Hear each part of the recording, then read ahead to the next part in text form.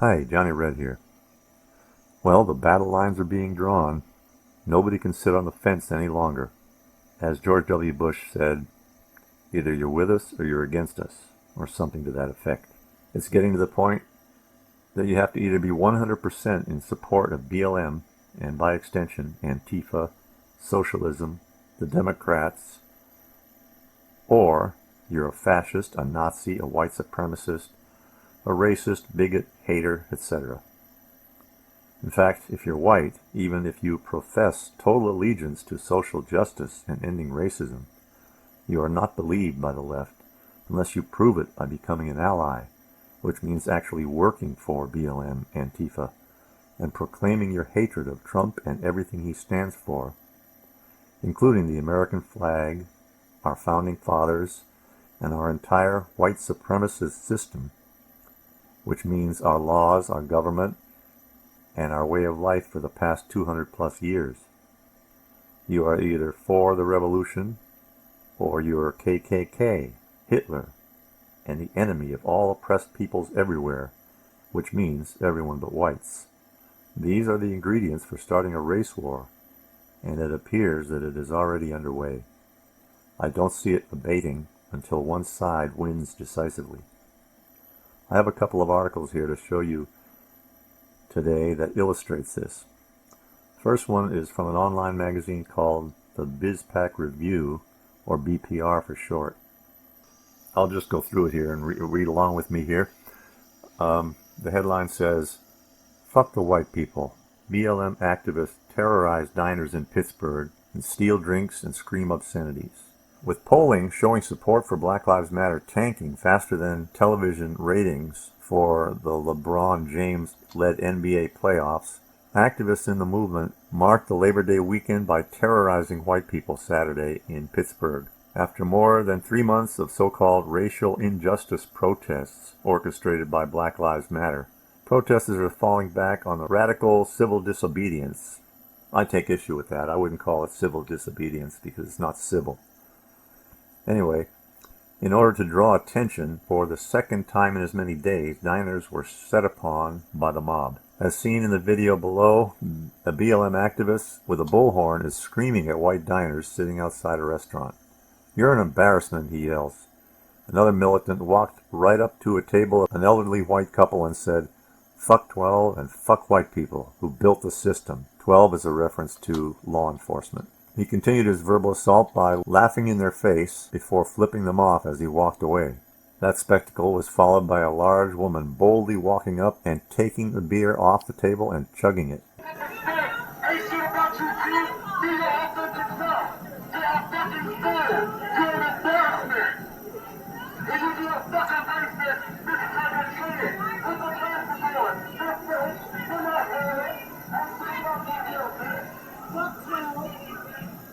White people have built the system that's mine.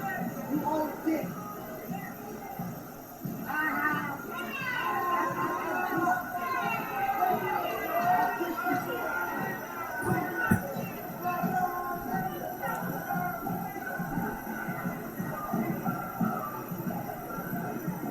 Wonder where the cops are during this whole thing.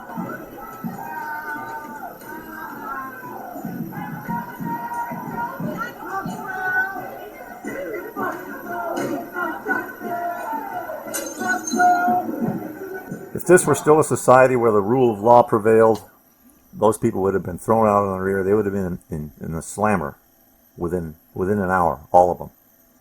That would not have been allowed. Now this little clip here, the Trump supporters are walking down the street being followed by the Antifa BLM mob. You can see here, it looks like the guy hit him, but watch what happens first. I'm going to play it again here. Slow, watch. He's hitting his head with the bullhorn, and then he gets slapped, and then somebody hits him over the head with a skateboard.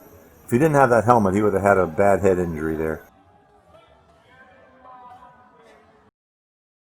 There was also a recent incident in Washington, D.C. where BLM activists gathered around a white woman as she sat outside a diner. The protesters demanded that the white woman raise her fist in solidarity with the violent movement, so they chanted, "White silence is violence, and no justice, no peace."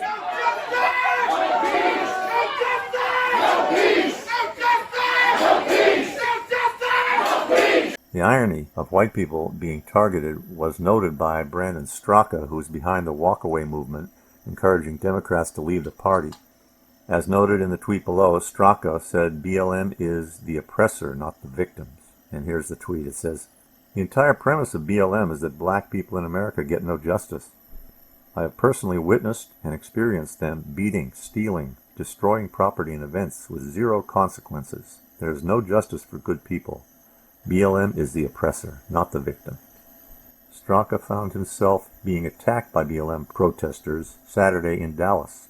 He called the assault the most terrifying moment of my life. A perusal of online responses to the current wave of violence from BLM, which the liberal media continues to report as largely peaceful, explain why the movement is cratering in America. Another tweet by Jalos replying to O'Donnell. "I can only imagine how the elderly couple's family must feel, sickened by this. These hoodlums seem like people with no empathy, no moral turpitude. They have to be self-loathing and have no love for anyone. This is not a protest. They stand for nothing. It's demonic." Here's a big long explanation here by Gamik Kraft. She's the big fat woman who came up and took the beer from that elderly white couple who was sitting there and drank it up. Here's what she has to say. Her version of reality is pretty far from what actually happened, you'll see. She says, "I'm not hiding from what happened. If this is what's going to bring attention to Pittsburgh, then so be it. This old hueless broad," that means white broad, "asked if we wanted a beer so she could chastise us on the tactics of self-defense against a white male who came at me, just swinging, after his other friends swung at Toy Slaughter and the other marshals. Another bike rider who got love-tapped with a skateboard pulled my fucking hair because his white male friend was trying to hit me.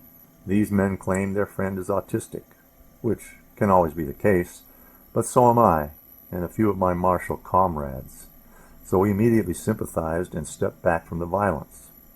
When I was younger and didn't fully grasp my spectrum issues, my outbursts were hard to control, which is why I'm so incredibly restrained now. It took a lot of work and therapy, so I felt for the dude, even though he was throwing haymakers and racial slurs. If I get arrested for drinking a fucking beer, leave your racism at the door and acknowledge how biased the act of protesters versus agitators is. We seriously get hit every day we march.